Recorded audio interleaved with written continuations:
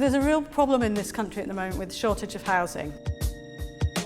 We don't have enough housing that's being built in this country. Homelessness for young people has increased fourfold in the last 4 years.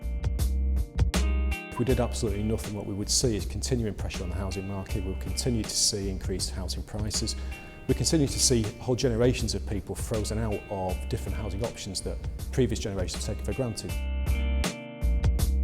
We have got to find alternative housing arrangements. There is no option other than to find alternative housing arrangements. There have been a number of push factors of late which mean that shared housing is perhaps becoming more common.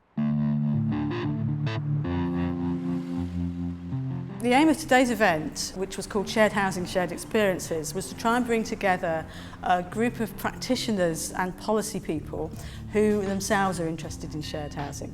The current project is called Under the Same Roof, and what we're doing in that project is looking at shared living across the life course. So we're looking at a range of different forms of shared living arrangements, including more traditional forms of sharing that young people might be involved in, but also looking at the sorts of shared living arrangements which older people might find themselves in. So we're interviewing people of all ages.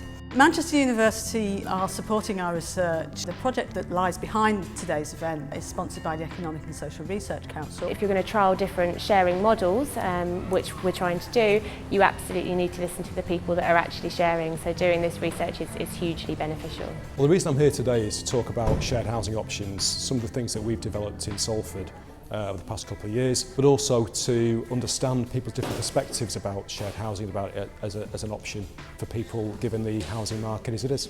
Home share is a new service which allows a younger person to move into an older person's home. They exchange 10 hours a week of support in lieu of rent, and that allows the older person to stay living independently at home.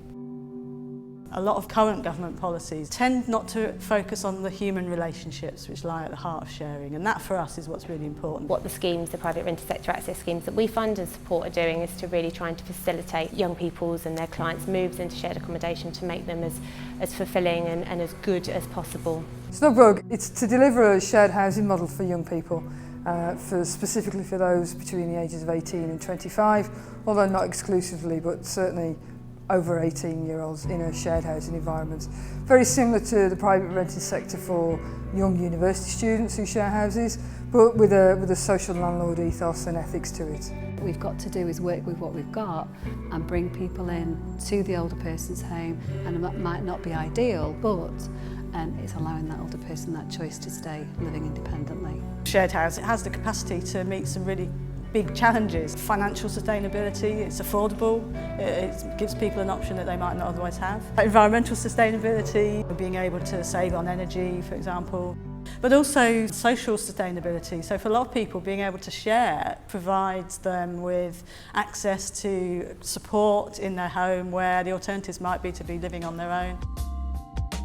Personally, I think this kind of research is absolutely essential for us as housing professionals to understand different options that we have going forward. What we need to do is to recognise that there are different sharing arrangements and different ways of accessing shared accommodation that we need to promote and find out more about to move forward more positively. Something that I think this service is part of the answer. It's not the answer, it's part of the answer for young people that are in a position where they're able to take it up. If we're going to have sustainable communities, that has to have everybody in there from the cradle to the grave, and we have a responsibility to make sure that older people have that choice to stay living independently at home. Housing's dropped down the political agenda for a number of years, and part of that's the result of a fragmented housing market, but also affordable, decent housing is a real basic human right.